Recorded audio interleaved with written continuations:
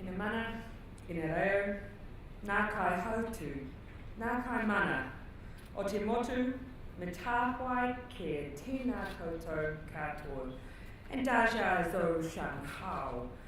Good morning, distinguished guests, ladies and gentlemen, and can I add a specific good morning and thank you to Fran for your invitation to be here today, and also Her Excellency Madam Wu Shi, Chinese Ambassador to New Zealand. Welcome.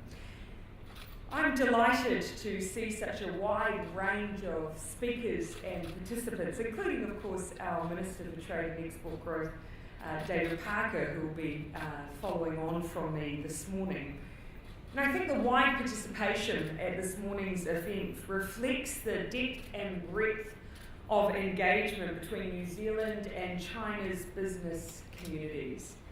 And I thank you for being a part of what will be an important discussion today. What I'd like to do with the time that I have available with you is to outline my view of the New Zealand-China relationship and to touch on some of the things my government is doing that will directly enhance the success of your business with China. Let me start, though, by reiterating that China is one of our most important and far-reaching international relationships. Indeed, as I said in my speech to the New Zealand Institute of International Affairs in February, our relationship with China is one of our four most important, alongside Australia, the United States, and the UK. Last year, as has been mentioned, New Zealand celebrated, and continues to celebrate this year, a few different milestones. Last year it was the 45th anniversary of our formal diplomatic relationship. New Zealand officially recognised the People's Republic of China in December 1972 and instituted our One China policy, which remains firmly in place today. Now, at that time, there were no direct air flights. New Zealand's total trade with China was just $1.7 million. We have come a very long way since. China and New Zealand now enjoy a comprehensive strategic partnership with regular contact at the highest political levels. Our trade and economic relationship has grown exponentially to the benefit of both countries, and cultural and people-to-people links are flourishing. I was very pleased to meet President Xi at APEC in November last year and to have my first formal meeting with Premier Li in the margins of the East Asia Summit in Manila. Premier Li and I recommitted both our governments to maintaining the relationship in the best shape possible.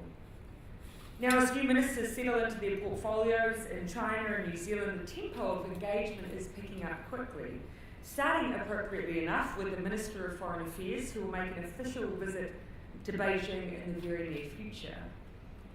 I told Premier Li in our meeting that I was very much looking forward to visiting China later this year. Although I visited many times before, this would be my first official visit as Prime Minister. And that I hope that President Xi would visit us again soon as he had the opportunity. I am especially looking forward to seeing our new embassy in Beijing. This will be a bold new symbol of our commitment to the relationship and a great platform for New Zealand companies to further strengthen their commercial relationships with China's business community. This year, as I said, marks a decade since the previous Labour government signed the FTA with China. And I understand that one of those key contributors to that deal will be joining you for networking drinks later on today, the Honourable Phil Goff. I'm sure that the Minister for Trade and Export Growth will have something to say, though, about the decade since the FTA was signed, and I won't steal his thunder. But let me recognise that the FTA has been an unprecedented success for both countries and enormously beneficial for New Zealand. Chinese and New Zealand officials are working now to ensure our FTA remains up to date and reflecting our modern trading relationship 10 years later. China has become, though, in that time, our largest export destination from that paltry $1.7 million some years ago. It is now our leading source of tourists after Australia and represents the largest number of overseas students. I'm very pleased that next year will be the China-New Zealand Year of Tourism, a chance to build on that growth even further. But we must keep looking forward and are now exploring new fields of cooperation in agri-tech, science and technology, even TV and movies and winemaking. I expect to see this trend continue into the future. China's global influence has grown along with its economic importance. As the President told the world in Davos last year that China would continue to work to protect the rules-based international order and play a stronger role in advocating for economic globalisation and open markets. New Zealand has welcomed China's interest in greater engagement on international issues in accordance with existing regional norms. We look to cooperate with China to promote regional stability and development consistent with New Zealand's values of openness, of transparency, and of the rule of law. We were quite deliberately a founding member of the Asian Infrastructure Investment Bank, a Chinese initiative and another first in our relationship. The Belt and Road Initiative is a priority for China, and New Zealand is considering areas we want to engage in with the initiative and other areas where we will be interested observers. I do want to make special note, though, of China's leadership on climate change and the momentum it adds to our collective efforts. Given its potentially significant impact on our region, New Zealand and China have partnered bilaterally and multilaterally to combat climate change. We've agreed an action plan, and the Minister for Climate Change will travel to Beijing in July for our second ministerial climate change dialogue. This brings me back to something that this government has placed front and centre of its agenda, our values and by extension our reputation. Chinese consumers trust us to provide high quality education, world-class tourism experiences and the safest and purest food products. This is our hard-earned reputation, but it is also a valuable asset. I want us to take New Zealand's brand beyond the slogan and make it real. This is why this government is placing such an emphasis on our core values, like on environmental and climate change issues. Whether you're providing New Zealand services or products, in our view, this can only benefit your business. When I was in France last month, I spoke to students about their hopes for the future, and they wanted to know what New Zealand was doing about climate change. A generational change has taken place, and there is an expectation that New Zealand will lead the way on this issue. These young people are already keenly aware of our reputation for leadership on issues like women's suffrage and social issues, our principled stance in the UN on whaling and nuclear weapons. Goldman Sachs has referred to Chinese millennials, though, as, quote, the single most important demographic on the planet today. These are the opinion leaders of tomorrow and New Zealand's future partners and market. According to the 2017 Credit Suisse Global Investor Report, millennials internationally are also driving sustainable practices. According to the report, companies, and here I would also argue countries, quote, must deliver good social and environmental performance and engage in sustainable practices, or their future growth could be at risk. Our reputation in this regard is a central pillar of our economic relationship with China, and it will be an important factor in the growth of your business. Now, naturally, as with any relationship, there are areas where we do not see eye to eye with China. This is normal and to be expected with any country, even some of our closest, especially when we have different histories and different political systems. As I've said before, New Zealand and China can and do discuss issues where we have different perspectives. We can do this because we have a strong and a mature relationship, a relationship that is built on mutual respect. and a relationship that is resilient enough for us to raise differences of view in a respectful way. This, in our minds, is a sign of strength and the maturity of the relationship we have. It's about taking a consistent approach on the issues and principles that matter to us as a country as well.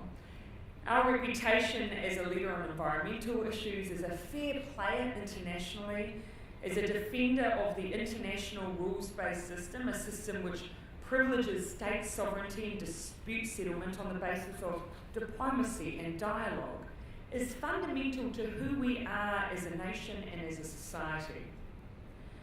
Our positions on international issues, on questions of regional security, combating climate change or promoting a new generation of progressive and inclusive free trade, are based on well-established principles, expressed consistently and respectfully. But if you indulge me for a moment, I'm keen to move from some of those principles to talk to you a little bit about some of it in practice here locally. This is a big week for the government in terms of signalling our intentions in many areas, and I know businesses like yours will be watching our budget closely. Perhaps not. But if you hadn't planned on doing so, perhaps you should. I hasten to add, though, that the budget will not contain any big surprises. Some might even unfairly characterise it as boring. I can tell you no politician sees a budget as boring. But what it will underline is this government's commitment to enabling a stronger and fairer economy, to being fiscally responsible, and to providing certainty that I know business is very keen to see. We have a clear focus on sustainable economic development, supporting regional economies, increasing exports, lifting wages, and fairly sharing the dividends of growth to improve the living standards and well-being of all New Zealanders. In achieving that, of course, it's important we also live within our means. And you will have seen Finance Minister Grant Robertson pledging recently to continue reducing debt as a percentage of GDP and to deliver sustainable operating surpluses. But we will not generate an artificial surplus by underfunding essential services. We're committed to rebuilding the critical social and physical infrastructure in New Zealand. We will prioritise investments to address the long-term challenges facing this country. We will take concrete action to deal with issues of failing infrastructure, such as our hospitals and schools and our congested roads, and you can see here in Auckland alone the ambitious plans that we have. We also want to ensure that the next generation of New Zealanders are in a good position to live full lives and adapt to the changes that we'll inevitably see in the workplace from new technologies. Thursday's budget will show how we're balancing the various needs of today and also planning for the future. All of that requires some fresh thinking, a new approach, and I hasten to add, it is a plan that we cannot achieve in one budget. But on Thursday, we'll be laying the foundations for a better future as we transform the New Zealand economy into one that is more productive, more sustainable, more inclusive. And all of you will have a role to play in that. Let me wrap up then with one final comment and an invitation. The China-New Zealand relationship is in great shape. Politically, we are in close touch. Economically, we are doing good things together. And our people-to-people links are growing day by day. In fact, given our size and difference and geographical distance, we really have led the world in many ways by developing a relationship that brings great benefit to both sides. But it's not enough just for me to say this. It will be the continued perseverance on both sides for that to continue. Your discussions today and the business relationships you forge are going to be critical. And I encourage you all, therefore, to make the most of this superb opportunity to continue to share your expertise, your experience, and your enthusiasm. And I can assure you this government will continue to create the ecosystem for that relationship to thrive. Thank you again for the invitation to be here today. Xie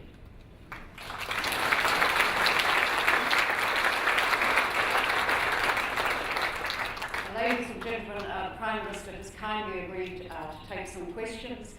Just text them in, as Tim indicated before, and I think the hashtag will go up in a moment, or put your hand up and someone will come with a roving mic. If I could just kick it off though, Prime Minister, and I think the audience would have been very pleased to hear a strong affirmation of the relationship and where you want to take it. But it comes at a time of strategic uncertainty, and in various fora this year, the United States has raised issues about the closeness of our relationship with China. And I take you also to the comments by Secretary Clinton in New Zealand last week, former Secretary of State Hillary Clinton, where she questioned the level of influence here. I mean, what is your take on this, and how do you respond to this obvious pressure coming from one of our other major strategic partners?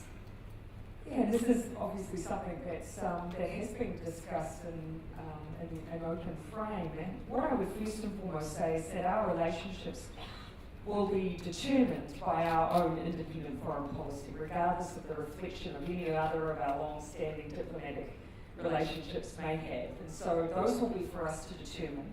And the basis on which we determine them and the nature of our engagement, as I say, will always be based on ensuring that those relationships have that foundation of applying a rules-based order, ensuring transparency, openness, and the kind of dialogue that we already share with China. So that is the basis on which we determine our relationships. Then separately, of course, there's the conversation that's being had around issues of foreign interference. It's a global conversation. And it is one in which we have been very, very careful that we are not singling out any one state agent in that conversation. Nor is New Zealand singled out in the fact that this is an issue that globally has come up time and time again. We are not unique in that regard, and nor is there any one state agent that I believe deserves to be singled out. What we have to make sure is that we have the infrastructure in place to preserve our institutions, preserve our rule of law and the independence of our democracy.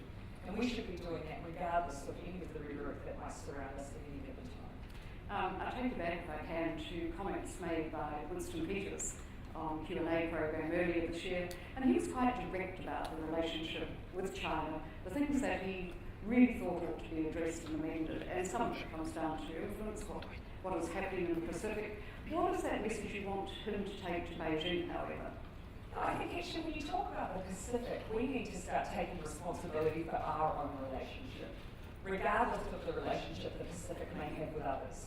And I think it's fair to say that there is a kind of duty of care that we have because our relationship is so close, because we are a member of the region, and because unlike even any other state, we have growing within New Zealand the Pacific population as well.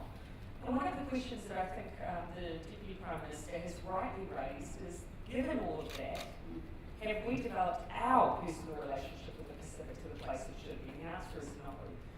We have had a donor relationship. We haven't perhaps built the mature relationship we should have. And of course, as a result, there are a number of other relationships Pacific nations have with others. And there are a multitude of other who have taken an interest there. So this is about us actually first and foremost taking responsibility for what we need to be doing. In particular, we've highlighted climate change as an area where we have a mutual interest. Adaptation and mitigation has to be high on the agenda when it comes to issues of overseas aid and development. And the last time we were on the Pacific mission, that was one of the things that we were sitting down and working alongside our partners on. So for us, it's about lifting our game more than anything else. So I take it from that you're going to row a very careful path between these two elephants that dominate our region. Well, I think it's one thing, of course, for us to say we will never be the biggest donor in the Pacific, but we can make sure that we strengthen the importance of the relationship that we have, and there's many, many good reasons for us to do that, not least our regional responsibilities. And of course the US has also been endeavouring to push for New Zealand to take, shall we say, a more assertive position on South China Sea. Again, how How do you balance those sort of pressures between the position that has previously been adopted here? Yeah, and I don't want to sound flippant when I say this, but issues around the South China Sea and other regional security issues actually can be simplified right down for New Zealand.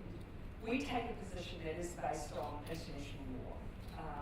We're very open and transparent about our positioning being based on that. We seek diplomatic dialogue in order to resolve those issues and continue to do so.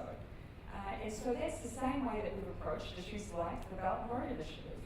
As long as something remains transparent, open, accessible to others, and applies those rules and laws, then that's something that we're open to discussion on. That's how we maintain a balance between what are sometimes a range of competing regional interests. It's a fine line, but it's one that actually sits very well with our independent foreign policy. Thank you. Now, at this stage, any questions from the floor or comments, please? Don't be shy. Yes, up the back here. Morning, Prime Minister. Well, first of all, it's two questions. One is sort of request. A friend of mine, you are her idol, so she insists I take a picture of you. I thought if you could give me 5 minutes, write some kind of word for me. I've only got 9 minutes of questions left. So I can upgrade from bloody evil capitalist to friendly evil capitalist. She's a greening, so yeah. Second question. Serious one. Last 2 years, there are lots of negativity around, China, Chinese people, Chinese community. We've been seen as bought all the houses, created all the congestion, steal all the jobs, exploit all the New Zealand resources for cheap. It does expose us and the business community as well to things like hatred and contempt. So I know from policy level, as you said, it's great. We're doing great, countries and the communities and everything. But as a Prime Minister for New Zealand people, as a Prime Minister, I believe you're a candid and you're kind and genuine. So is there anything the government can do or government plan to do actually to help us, to stand up, to recognize our contribution and the contribution China has to New Zealand? Thank you. That is a good question. And I think you're right to single me out as the Prime Minister having to demonstrate and take leadership on this issue. And I would hope that you would never have heard any of that kind of rhetoric ever come from me. And when we have a debate, though, more broadly around issues around migration, or actually population growth issues specific to Auckland, that you'll always hear me say that the role of migration in New Zealand is self-evident, incredibly important, and continues to be so. I myself am only a third-generation New Zealander. We've been built off the efforts and support and role that our migrant community have played. What we need to do alongside that, though, is make sure that everyone who chooses to call New Zealand home for the long term has the same access to the things that we consider fundamental to having a decent, good life in New Zealand. And that means being able to move freely around the city, perhaps in which you work, or at least having a decent job opportunity, and having a roof over your head. And so a lot of the debate we're having at the moment is because there hasn't been enough planning around the population growth that we've had, be it people who have come up from our regions into Auckland or who have come from offshore into Auckland. And what we can do, in fact, to spread some of that growth into areas that are desperate for that extra support and population. That's a conversation, of course, that we want to have without any of the inferences that you've made around any of that discrimination. We need to rally hard against that, and I will call it out where I see it. Any other questions from the floor? Thank you. Just here. If you would identify yourself. Yeah. Hello, good morning. My name is Dennis. Good morning, Prime Minister. I just got a question for you in regard to the increasing the growth of New Zealand businesses into China.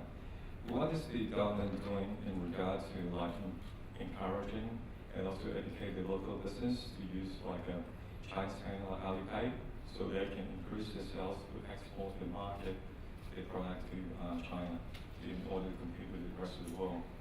Because as you say, New Zealand got the status like a product and best, but they're not in China like some of the business.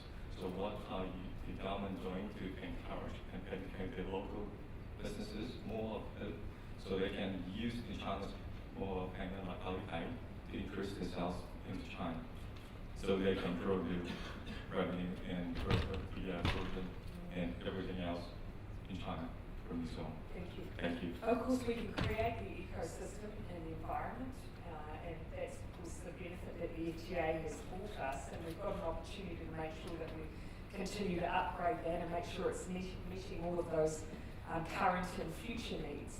But then there's what we can do business with individual businesses and the support that we can provide, and of course we try and do that through NZTU currently, and we're constantly looking for feedback from businesses to the experience they've had, how beneficial that relationship and that assistance has been.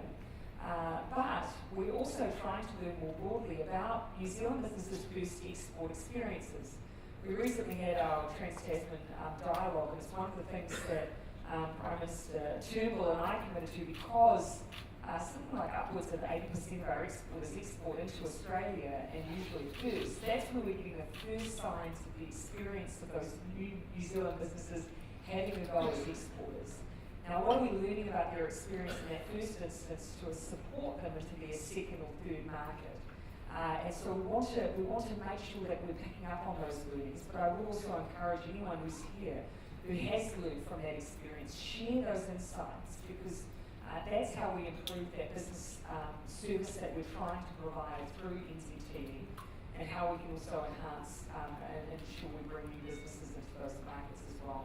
I also encourage the Minister for Trade and Export to spend a bit of time with us with that question too. If I could just call on Stephen Jacoby down the front here, please. Someone to bring the microphone. Stephen has a question. Stephen. Oh, here we go. Thank you very much, Stephen Jacoby, New Zealand China Council, and a few other things. Prime Minister, great to hear your very positive, upbeat remarks about the relationship between New Zealand and China, and to announce that the tempo is going to pick up. That's all good stuff. You also mentioned the Belt and Road Initiative, and the New Zealand China Council has released a report with some ideas. We're looking forward to further views from the government. Are you expecting at some point this year to make some sort of further announcement about how we might be able to connect with Belt and Road in ways that meet our interests but also our values? Yeah, thank you. This is the first time I can be assured it won't be a TPP question from you, Stephen. Yes, and really where we're looking now is, of course, what we've signed is, a very principle-based, indicative agreement, and so really it is about what that next step looks like. And as I say, we'll be looking for opportunities to demonstrate what Belt and Road will mean for New Zealand, but there'll be some occasions where we tend to also observe the progress that others will be making with the initiative. My expectation is that the Minister of Foreign Affairs will continue that dialogue when he is in China in the very near future. But for us, it will be about finding those specific projects that really do, as you've identified and I have, meet some of our challenges, areas of interest, but also within a framework that we're comfortable with in a New Zealand context. So we're looking for the examples now to flesh out what it will look like, what it will mean. One final question from the audience. Just over here, thank you. Good morning, Prime Minister. My name is Anne. I'm the representative of Shenzhen Belt and Road Investment Association. As the investors, we would like to know, do you or the government welcome the Belt and Road to New Zealand? And in which areas do you like or would like us to invest on? That's our interest, and we would like to know further details. Thank you for the question. As I've just indicated, yes, it was the last government who signed up to Belt and Road, but as I said, that was very much a framework, as it was for a number of the other countries who signed and attended the Belt and Road conference collectively, as an indication that yes, there was support there, but we wanted to see where it is going to specifically take us and what it will mean for New Zealand. And that's the stage I would say that we're at now, really looking for those specific initiatives. And as I say, I hope that our Minister of Foreign Affairs will continue that dialogue in China, but actually that dialogue will need to happen here because as well, because this is where we'll identify some of those projects where we do have comfort exploring that a little bit further. But that's something that's currently underway. I think at this point, unfortunately, ladies and gentlemen, we are going to have to wrap. The Prime Minister does have to get down to Wellington and attend Cabinet. I would like to thank you very much, Jacinda, for giving us this time today and taking time out of your busy schedule. I think everybody will feel greatly reassured to hear such positive comments on the relationship this morning. Could you all please...